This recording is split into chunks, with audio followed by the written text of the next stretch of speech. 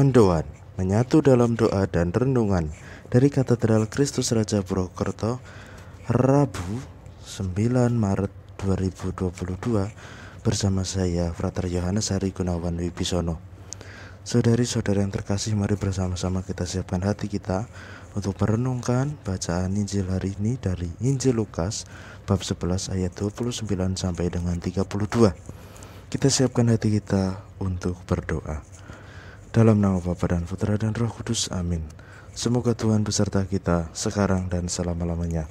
Inilah Injil suci menurut Lukas. Dimuliakanlah Tuhan. Sekali peristiwa Yesus berbicara kepada orang banyak yang mengerumuni dia. Angkatan ini adalah angkatan yang jahat. Mereka menuntut suatu tanda, tetapi mereka tidak akan diberi tanda selain tanda Nabi Yunus. Sebab sebagaimana Yunus menjadi tanda bagi orang-orang Niniwe, demikian pula lah Anak Manusia akan menjadi tanda bagi angkatan ini. Pada waktu penghakiman, ratu dari selatan akan bangkit bersama orang dari angkatan ini dan akan menghukum mereka. Sebab ratu ini datang dari ujung bumi untuk mendengarkan hikmat Salomo, dan sungguh yang ada di sini lebih daripada Salomo. Pada waktu penghakiman, orang-orang Niniwe akan bangkit bersama angkatan ini dan mereka akan menghukumnya. Sebab orang-orang Niniwe itu bertobat waktu mereka mendengarkan pemberitaan Yunus, dan sungguh yang ada di sini lebih daripada Yunus. Demikianlah sabda Tuhan. Terpujilah Kristus. Saudari-saudara yang terkasih, bacaan Injil yang baru saja kita dengarkan mengajak kita untuk bersama-sama memahami bahwa kehadiran Yunus bagi orang-orang Niniwe adalah kehadiran sosok pribadi yang mampu membuat orang-orang Niniwe kembali kepada Allah lewat jalan pertobatan. Nah, hal ini membuat orang-orang Niniwe kembali mengarahkan diri kepada Allah. Akan tetapi dalam hal ini Yesus berbicara lewat sabdanya bahwa sesungguhnya kehadirannya sendiri datang ke dunia adalah untuk orang-orang yang harusnya bertobat, untuk orang-orang yang bahkan lebih jahat daripada orang-orang Niniwe. Akan tetapi mereka tidak kembali, tidak mampu untuk mendengarkan Anak Manusia, dalam hal ini adalah Yesus sendiri, dan mereka tidak mampu untuk mengarahkan diri kembali kepada Allah.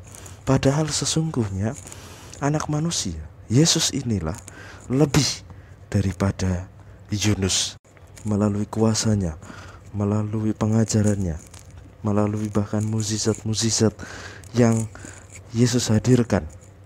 Hal ini rupanya masih belum mampu mempertobatkan orang-orang pada masa ketika Yesus hadir.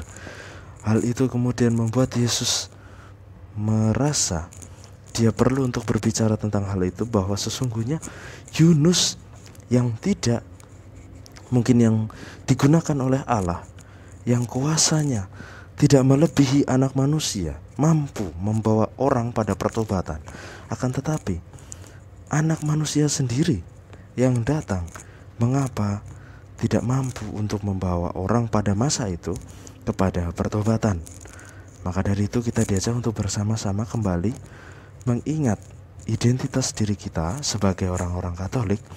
Kita diajak untuk kembali berpegang kepada Yesus, Sang Juru Selamat yang telah menyelamatkan kita, agar kita sungguh mampu bahwa kita merupakan orang-orang yang mau untuk bertobat, terkhusus kita mau mengikuti segala ajaran yang Yesus berikan kepada kita.